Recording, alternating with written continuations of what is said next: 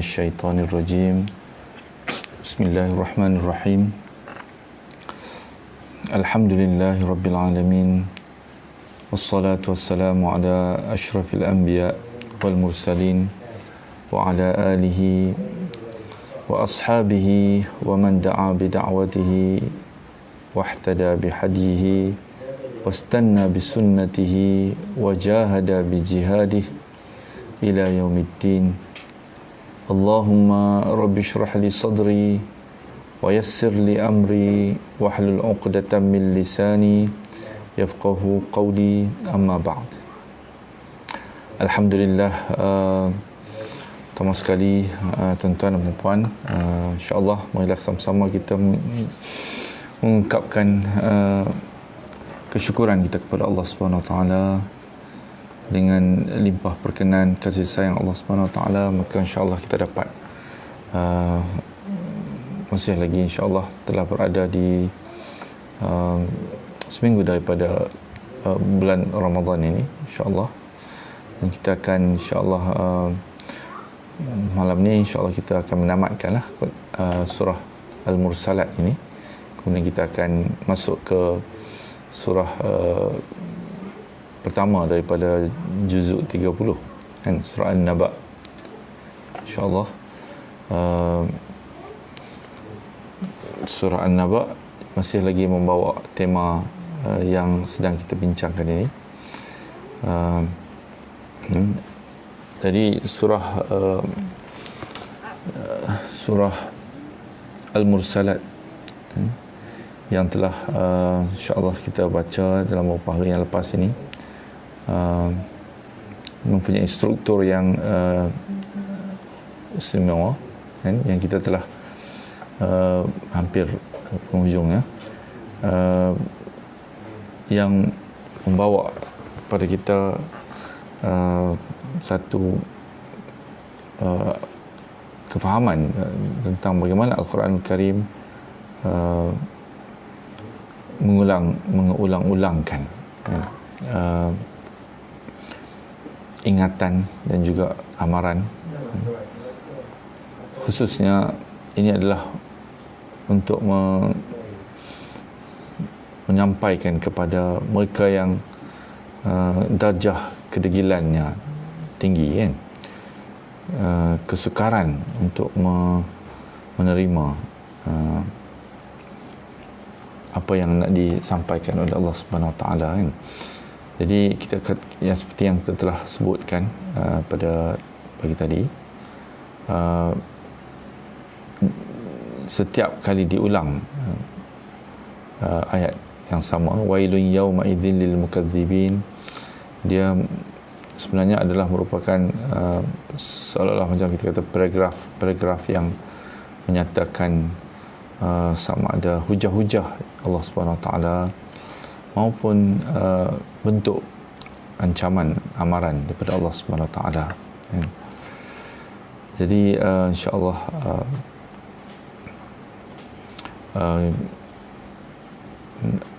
pada pagi tadi kita telah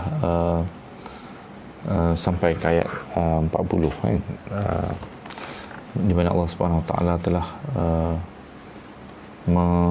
menyebut kepada para kufar dan mereka-mereka yang degil, amat berdegil untuk mengakui dan menerima bahawa ataupun menerima ingatan dan amaran daripada Rasul tentang nasib yang akan menimpa mereka yang mendustakan hari pembalasan ini, iaitu nasib yang akan menimpa mereka yang mendustakan hari pembalasan ini adalah azab daripada Allah Subhanahu Wa Taala. Dan itu adalah tahap pertama daripada hukuman yang mereka akan terima. Mereka juga akan menerima kan, di hari pembalasan nanti pasti mereka akan berhadapan dengan Yaumul Fasl. Yaumul Fasl ialah hari keputusan, dan hari akan dikeluarkan keputusan oleh Allah Subhanahu Wa Taala yang akan menjadikan mereka masuk dalam kumpulan orang yang bersalah dan diazab oleh Allah Subhanahu Wa Taala sekali lagi, kan? So ada dua tahap, kan, azab ini. Dan satu azab yang akan dikenakan kepada mereka yang mendustakan hari pembalasan ini. Kedua, azab yang akan mereka rasai di hari pembalasan itu sendiri, kan? Sekiranya di hari pembalasan, hari mahkamah ini, mereka didapati bersalah, malah mereka sebenarnya pada hari itu akan diseret ke mahkamah Allah SWT ini untuk mengakui sebenarnya, kan? Sebab mereka dah tahu dah sebelum daripada dijatuhkan keputusan pada Yaumul Fasl ini, mereka telah melalui tanda-tanda bahawa mereka akan diseksa di hari sebagai keputusan daripada hari pembalasan ni, kan? Itulah disebut di dalam ayat-ayat lain, kan? Mereka ni adalah orang yang menerima catatan mereka daripada tangan kiri, kan? Ashabus shimal, kan? Yang mereka yang akan mendapat hasil keputusan pembalasan yang baik itu adalah ashabul yamin, yang akan menerima catatan mereka daripada catatan amal mereka daripada tangan kanan. Jadi ini sebelum dijatuhkan keputusan mereka sudah tahu, kan? Kerana ini adalah hasil daripada sebenarnya kehidupan yang lama yang Allah SWT telah bagi kepada mereka peluang di dunia, kan? Tapi mereka telah sia-siakan, kan? Jadi mahkamah Allah SWT ini adalah mahkamah yang akan menyaksikan bahawa mereka mengakui, mengiktiraf kesalahan mereka.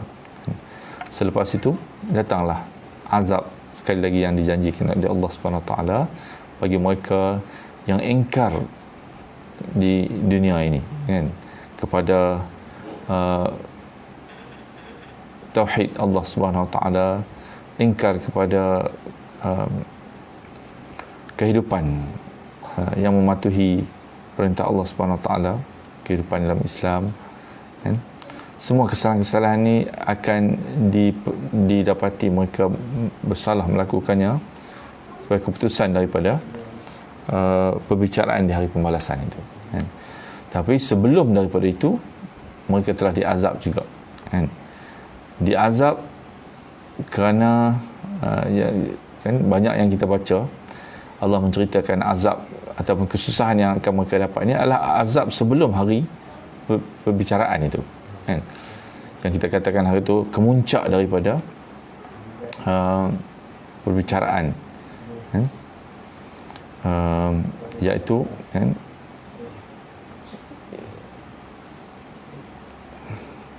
yang kita telah baca pada dalam ayat 11, kan, iaitu ketika mana rasul-rasul akan dipanggil bersama mereka, kan?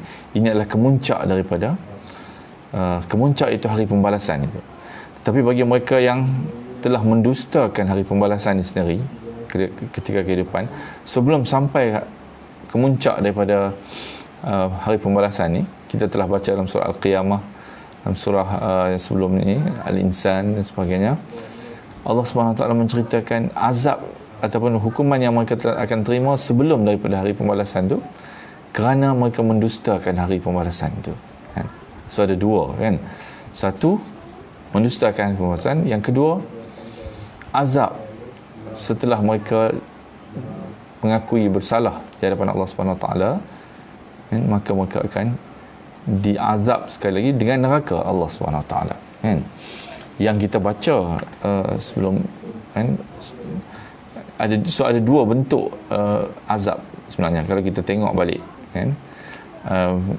Azab-azab yang Allah SWT telah ceritakan dalam Al-Quran ni, ada azab yang dikenakan itu adalah dalam perjalanan mereka nak menuju kepada hari pembicaraan, hari keputusan, kan? Sejurus selepas mati, kan, maka mereka akan bangkitkan kembali, kan? Itu ialah sebelum mahkamah Rabbul Jalil ini, kan? Jadi azab itu adalah azab yang dikenakan kepada mereka ketika dalam perjalanan nak menuju kepada hari keputusan itu, kan? Itu adalah kerana kesalahan mendustakan hari pembalasan ini, kan. Kan, yang telah berlaku di dunia lagi, kan. Dan Allah SWT menjanjikan bahawa pasti mereka akan mendapat azab itu. Ada yang mendapat azab itu di dunia lagi, kan, dengan berbagai-bagai bentuk yang Allah SWT terceritakan, dihancurkan dengan angin yang kuat dan sebagainya, kan. Itu semua adalah azab kerana mendustakan hari pembalasan.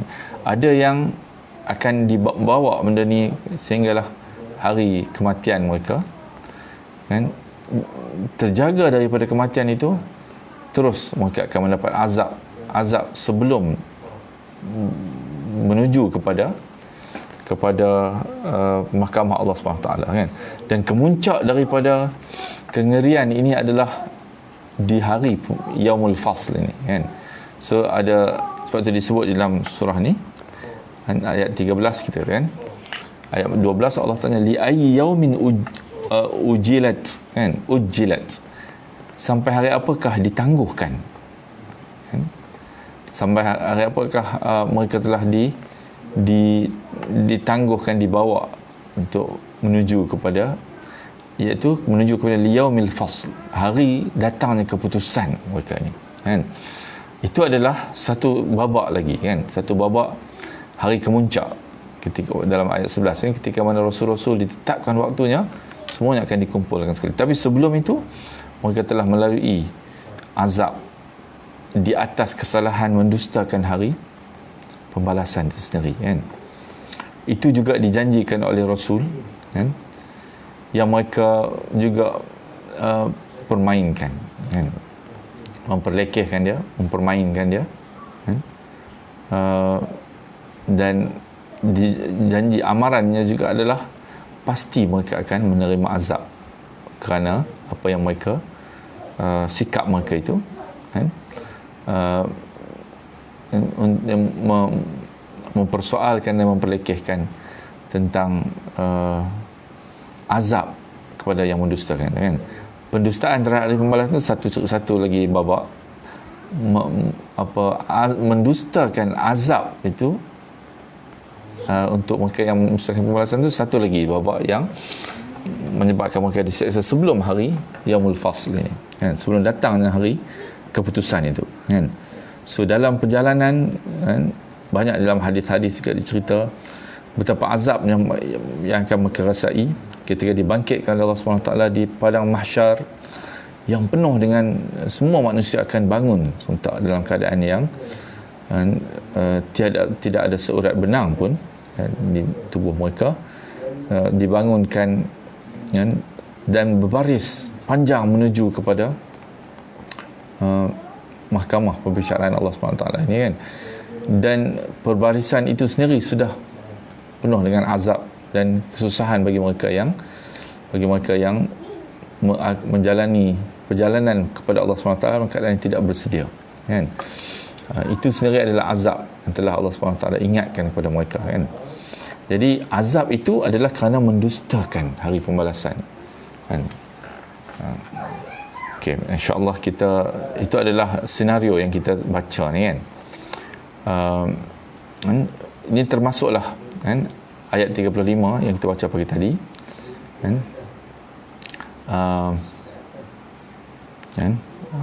Bukan ayat 35, kan. Ayat yang sebelum itu, ayat 35 ni lah azab selepas hari pembalasan.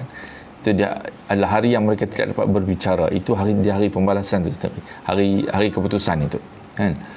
Tapi ayat 29, kan, Allah kata intaliqu ila ma kuntum bihi tukadzibun, pergilah kamu untuk mendapatkan azab yang dulunya kamu mendustakannya, kan.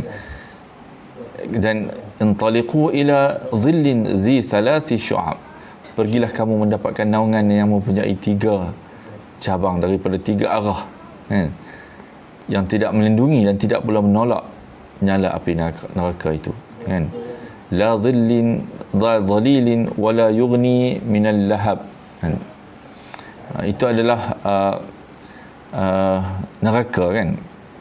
Neraka ini juga azab yang setelah mereka diseksa, kan, diberi pembalasan, kan.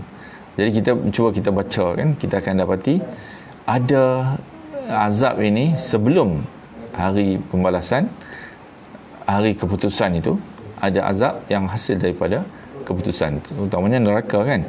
Neraka ni adalah azab selepas datangnya keputusan daripada Allah Subhanahu Wa Taala tu kan. Okay, insya-Allah kita sambung ayat 41 kan. Allah Subhanahu Wa Taala memberi gambaran dalam bentuk yang lain pula kan. Seperti kita kata penuh dengan kejutan-kejutan kan ayat Al-Quran ni, ataupun kejutan bentuknya yang kita tidak jangka akan dilontar. Setelah kita dilontarkan gambaran yang mengerikan kan, Allah Subhanahu Wa Taala tunjuk gambaran yang berbeza pula, tapi masih lagi untuk mengingatkan orang-orang yang mendustakan ayat-ayat Allah Subhanahu Wa Taala ataupun hari pembalasan ni kan. A'udzubillahi minasyaitonir rajim. Innal muttaqina fi dhilalin wa 'uyun. Innal muttaqina fi dhilalin wa 'uyun. Sesungguhnya orang-orang yang bertakwa fi dhilalin wa 'uyun, berada dalam naungan teduhan dan mata-mata air. Fi dhilal kan, ingat tak di mana kita jumpa lagi sekali, baru kita sebut tadi tentang naungan ini kan. Ini adalah bandingan terhadap kan, mereka yang telah dihalau kan, kepada kan, yang tersebut tadi kan, naungan yang mereka dikepung di dalam naungan yang di dalamnya ada asap yang hitam yang menyebabkan mereka tercekik dan juga tidak dapat bernafas, dan api yang membara kan, seperti unta-unta yang kuning. Ini ayat 30 kan. Allah kata pergilah kamu kan, mendapatkan naungan kan, intaliqu ila dhillin dhi thalathi syu'ab kan. Itu adalah dapatkan naungan yang ada 3 cabang iaitu kan, 3 arah. Tiga-tiga arah itu semuanya tidak dapat mereka lepaskan diri kan, kerana tiga arah itu mereka akan dikepung dengan asap yang dan juga bakaran ini kan, api yang seperti unta yang kuning kan, keemasan ni. Dalam ayat 41 ni dibandingkan pula, innal muttaqina fi dhilalin wa 'uyun, orang-orang yang bertakwa pula berada dalam naungan yang teduh dan mata-mata air. Ini dalam syurga kan. Wa fawakiha mimma yashtahun, dan mendapat buah-buahan daripada bermacam-macam kan, buah-buahan yang mereka ingini kan, yang mereka sukai kan. Sedangkan orang-orang yang diseksa di neraka pula akan mendapat makanan daripada bermacam-macam perkara yang amat menyeksa mereka kan. Makanan yang diberi juga makanan, tapi makanan yang diberi tidak mampu untuk mereka makan lagi kan, iaitu daripada perkara-perkara yang busuk kan, nanah, daripada segala macam air yang amat mencekik kan, tidak boleh masuk dalam kerongkongan mereka kan.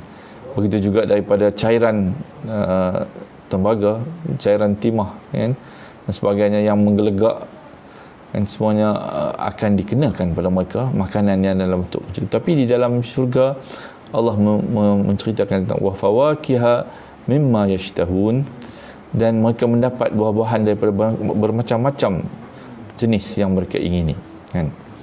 Kulu washrabu hani'an bima kuntum ta'malun, dikatakan kepada penghuni syurga yang mendapat keputusan daripada yaumul fasl kan, hari keputusan itu kan, makan dan minumlah kamu kan, hani'an kan.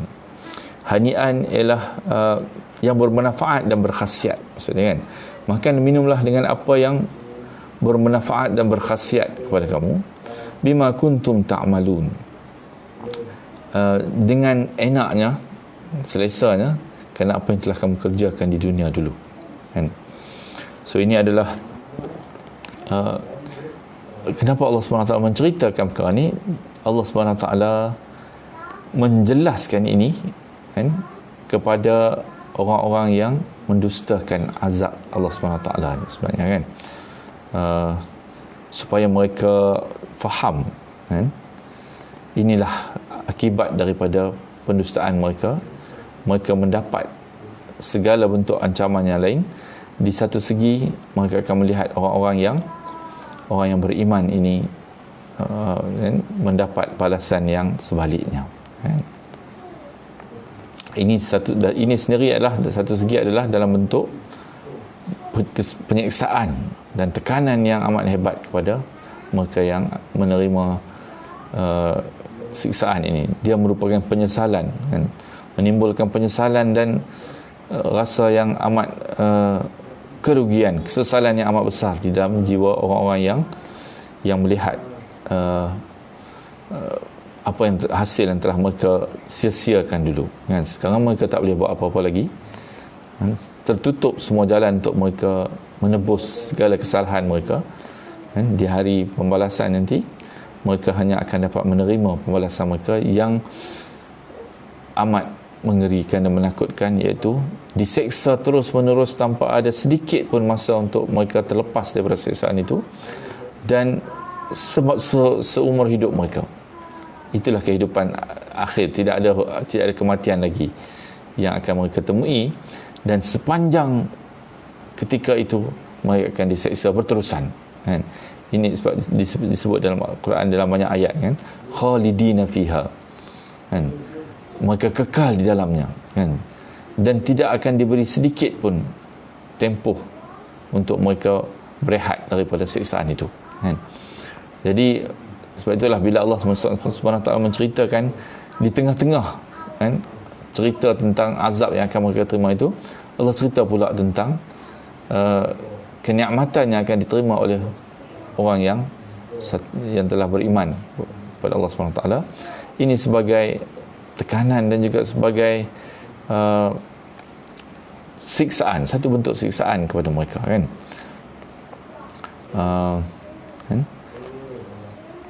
Inilah ganjaran, kan, makanan yang diberi sedemikian rupa kerana berkaitan dengan kesan apa yang dilakukan dan telah dimakan, kan, tubuh, kan, diterima oleh tubuh ke atas diri manusia dan amalan-amalan yang dilakukan dalam kehidupan hasil daripada nikmat Allah SWT. Inilah bandingan.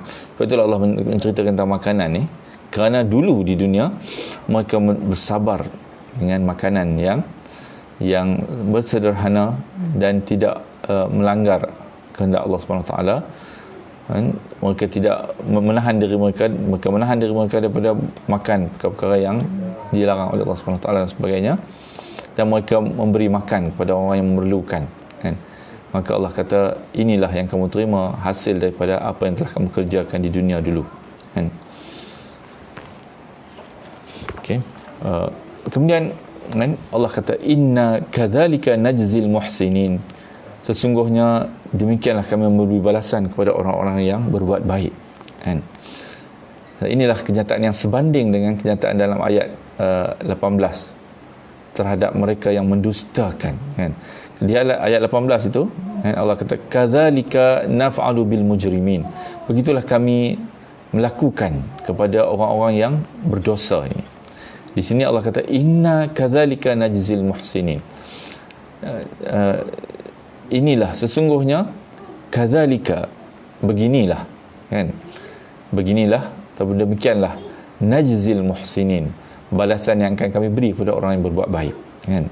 So dia ada, kan, dalam ayat 18 itu Allah SWT menjelaskan tentang balasan setelah diceritakan orang-orang yang akan diseksa, kan, termasuklah kaum-kaum yang terdahulu, kan, diseksa, diazab di atas sikap mereka, kan, mendustakan azab, kan, menolak azab yang diberi amaran oleh Rasul. Apabila mereka menolak pembalasan ini, Allah kata kadzalika naf'alu bil mujrimin, begitulah kami melakukan terhadap orang-orang yang berdosa, kan. Ni bentuk koheren yang amat biasa di dalam Al-Quran Karim, kan. Tengok dia selari, kan.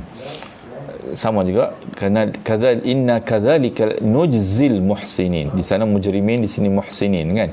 Bentuk yang amat bahasa yang amat fluent, kan, balaghah dia, kan. Itu adalah style Al-Quran yang amat hebat, kan. Kemudian penutup yang sama juga, walaupun cerita ni cerita tentang orang yang bertakwa, wailun yauma idzil lil mukadzibin, kan. Kecelakaan besarlah pada hari itu, kan. Kehancuran yang fatal dan total pada hari itu bagi orang-orang yang mendustakan azab Allah SWT.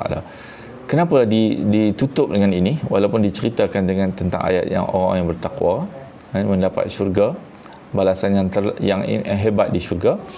Sebab ayat ini berulang lagi dalam konteks ini, menjelaskan bahawa di sini setelah Allah membandingkan, kan, tadi ayat 44 dan ayat 18, kan, ayat 44 tu, demikianlah kami memberi balasan kepada orang-orang yang berbuat baik, kan.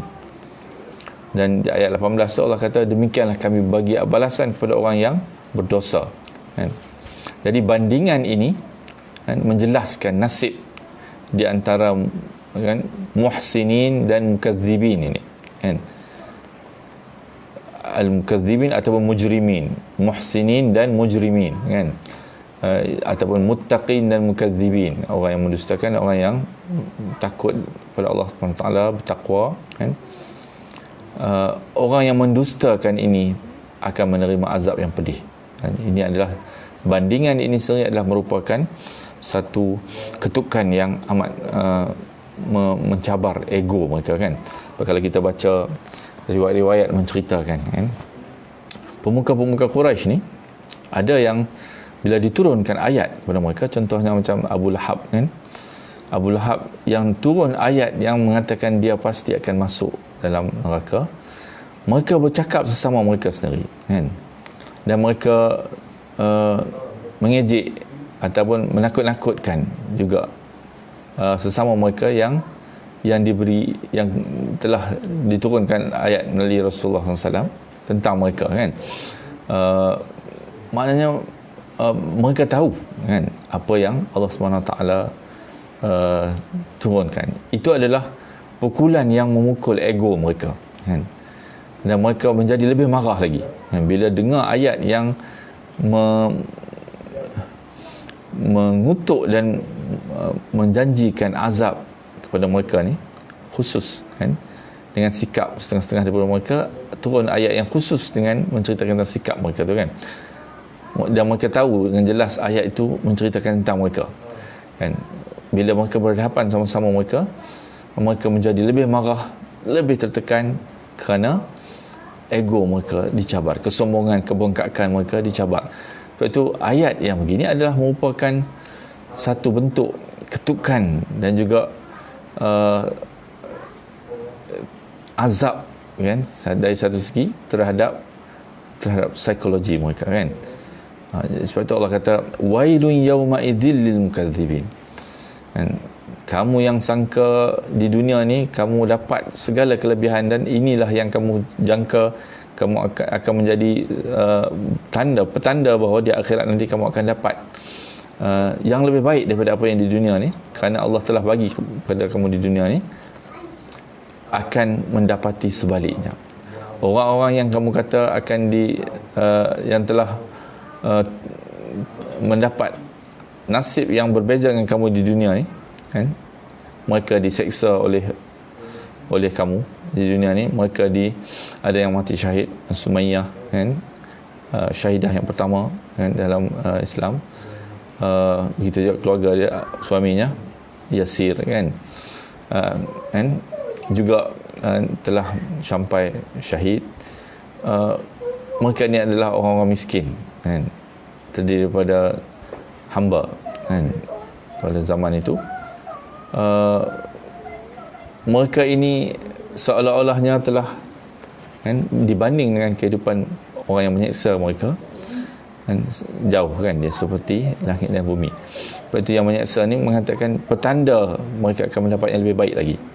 Tapi Allah SWT ceritakan kan, bahkan orang-orang yang telah mereka seksa itu, yang telah mati, yang telah dianggap rendah kan, hina di dalam, atau kelas rendah di dalam masyarakat mereka kan, yang tapi telah beriman, pasti akan menemui kehebatan-kehebatan ini kan.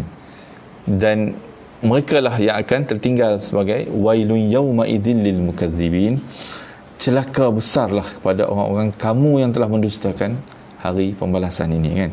Ini adalah satu tekanan yang amat besar kepada psikologi mereka kan. Okey, kemudian dalam blok yang terakhir ayat 46 hingga 50 kan, Allah Subhanahu Wa Taala kan berpaling kepada mereka pula, berbandingan kepada apa yang telah disebut kepada orang yang bertakwa tadi kan. Untuk mereka ni Allah kata kulu wa tamatta'u qalilan innakum mujrimun. Makan dan bersenang-senanglah kamu dalam waktu yang pendek ini kan, for a while only kan. Kulu wa tamatta'u qalilan, qalilan ni maknanya sedikit kan, dalam waktu yang kamu sangka inilah kehebatan yang kamu dapat daripada Allah SWT, yang menjadi petanda untuk kamu akan dapat yang lebih baik di akhirat nanti. Tapi Allah telah jawab di dunia lagi dalam ayat Al-Quran ni, bahawa apa yang kamu sedang rasai sekarang ni adalah sementara sahaja kan. Makan dan kulu wa tamatta'u. Tamatta' ni adalah relax, senang-senang kan, haji tamatta' kan, haji yang relax kan. Sebab dia boleh umrah, kemudian habis kat umrah tu dia boleh bebas daripada ihram, kemudian barulah haji kemudian kan. Itu tamatta' kan. Kulu wa tamatta'u kan. Tamatta'u, makan dan relaxlah kamu seperti yang kamu sangka kamu sedang mendapat kebaikan daripada Allah. Tapi ini sebenarnya dalam waktu yang pendek, sebab Allah sedang memerhati kamu. Hakikatnya, walaupun kamu tidak menyedarinya, bahawa kamu adalah orang-orang yang berdosa kan. Innakum mujrimun kan. Tadi disebut tentang ayat 18 kan, kadzalika naf'alu bil mujrimin, begitulah kami akan lakukan terhadap orang yang berdosa kan. Ketika disebut begitulah akan dilakukan terhadap orang berdosa, ini adalah perkara yang mereka belum nampak lagi, belum dapat lagi, itu di hari pembalasan kan. Tapi sekarang ni Allah SWT sebut orang-orang yang memang berdosa di atas muka bumi ni lagi diperingatkan bahawa sesungguhnya mereka adalah orang yang berdosa yang akan dapat akibat mujrimun atau mujrimin dalam ayat 18 itu bila mereka kembali kepada Allah SWT. Maknanya cop mujrimin ini ataupun orang yang berdosa ini telah kena pada mereka ketika mereka di dunia lagi kan, dengan kehidupan yang mereka lalui itu kan. Jadi ayat ini memang khusus ditujukan kepada pemuka-pemuka Quraisy ni, menjelaskan bahawa apa sahaja bentuk balasan yang disebut sebelum ini adalah balasan kepada mereka sebenarnya kan. Betullah digunakan perkataan mujrimun di sini. Ayat 18 itu mujrimin kan, kerana ayat 18 mujrimin itu kan adalah balasan kepada orang yang berdosa ni. Tapi mereka masih lagi duk rasa kami ni akan dapat balasan yang baik di akhirat. Jadi Allah kata sebenarnya apa yang kami cerita tentang azab dan sebagainya itu adalah untuk kamu kan. Sebab ini adalah, kamu adalah orang yang berdosa di dunia lagi, mujrimun. Di dunia lagi kan, Allah SWT labelkan mereka sebagai mujrimun. Yang sama label itu kepada orang yang diseksa di akhirat nanti, mujrimin kan. Itu Allah kata kulu wa tamatta'u qalilan innakum, kamulah orang-orang yang berdosa yang telah kami ceritakan di dalam ayat-ayat sebelum ni kan, supaya mereka sedar kan. Jadi ini adalah balasan kepada mereka. Itulah poin ayat ni kan. Mereka menganggap bahawa kelebihan dan kedudukan yang mereka dapat di dunia adalah petanda kelebihan yang akan mereka dapat di akhirat nanti kan, yang kita sebut tadi kan. Allah menjelaskan ini adalah kesilapan jangkaan mereka. Apa yang mereka dapat di dunia hanya sementara sahaja sebenarnya. Mereka akan mendapat azab yang besar di akhirat nanti kan. Sebab itulah Allah sebut dalam ayat selepas ini kan, ayat 46, ayat 47 terus Allah sebut ulang kembali wailun yauma idzil lil mukadzibin, kecelakaan yang besarlah pada hari itu bagi orang-orang yang mendustakan kan. Jadi orang yang mendustakan ni adalah mujrimun ni. Orang yang berdosa itu, mereka lah yang mendustakan. Kerana itu mereka dipanggil orang yang berdosa. Terus Allah SWT menjelaskan kepada mereka, sekarang ni kamu makan, relax, kamu sangka kamu akan terlepas, kamu sangka kamulah di pihak yang menang, dapat segala kelebihan daripada Allah SWT. Jadi Allah kata, tak apa, lakukan, tapi ingat, kamu adalah, sesungguhnya kamulah orang yang berdosa yang telah kami sebut akan dibalas itu. Kan? Wailu yawma idzil lil mukadzibin. Kecelakaan besarlah yang akan menimpa pada hari itu bagi orang-orang yang mendustakan. Kan? Wa idza qila lahum murka'u la yarka'un. Bila dikatakan kepada mereka rukuklah, nescaya mereka tidak mahu rukuk. Kan? Ini kita baca dalam surah Al-Qalam ayat 42 43 kan. Wa yud'auna ila sujudi fala yastati'un. Khashi'atan absaruhum tarhaqum dhillah wa qad kanu yud'auna ila sujud wa hum salimun. Dan mereka disuruh untuk bersujud ketika mana hari pembalasan ni kan, maka mereka tidak mampu lagi untuk bersujud. Hari itu disuruh bersujud, mereka tak mampu sebab pandangan mereka tertunduk ke bawah, diliputi kehinaan. Diliputi kehinaan. Dan sungguh dahulu di dunia mereka telah disuruh untuk bersujud pada waktu mereka sihat, tapi mereka tidak lakukan kan? Sebab itu di akhirat nanti kan, disuruh mereka bersujud, mereka tak mampu bersujud. Disuruh mereka berrukuk, mereka tidak mampu lagi, tidak mahu dan tidak mampu lagi untuk rukuk di hadapan Allah Subhanahu Wa Taala kan? Kan? Sebab Allah kata mereka ini pemuka Quraisy disuruh supaya menurunkan diri mereka di hadapan Allah untuk menyatakan kesyukuran terhadap kurniaan Allah pada mereka dalam hidup mereka, yang mereka dakwa sebagai tanda Allah kurniakan kebaikan di akhirat nanti kan? Kan? Jadi Allah suruh mereka rukuk kan? Sebagai manifestasi kerendahan hati dan kesyukuran kan? Solat ni adalah ubat yang terbaik untuk membersihkan kesombongan, tapi mereka enggan kan? Rukuklah, nescaya mereka tidak mahu rukuk kan? Jadi Allah kata kerana tidak keengganan mereka inilah wailun yawma idzil lil mukadzibin, pastilah kecelakaan yang besarlah pada hari itu bagi orang-orang yang mendustakan. Di hari pembalasan nanti mereka tidak akan walaupun mereka ingin untuk rukuk dan sujud di hari pembalasan nanti, Allah tidak akan mengizinkan mereka lagi. Mereka tidak akan mampu melakukannya pada hari pembalasan nanti kan? Fa bi ayyi hadithin ba'dahu yu'minun kan? Inilah kesimpulan daripada ingatan dan amalan yang bertubi-tubi ini kan? Maka kepada perkataan manakah selain daripada perkataan Al-Quran ini yang telah Allah sampaikan dalam bentuk yang berulang-ulang, hujah demi hujah, amaran demi amaran kan? Bentuk perkataan manakah selain daripada Al-Quran ini mereka akan beriman kan?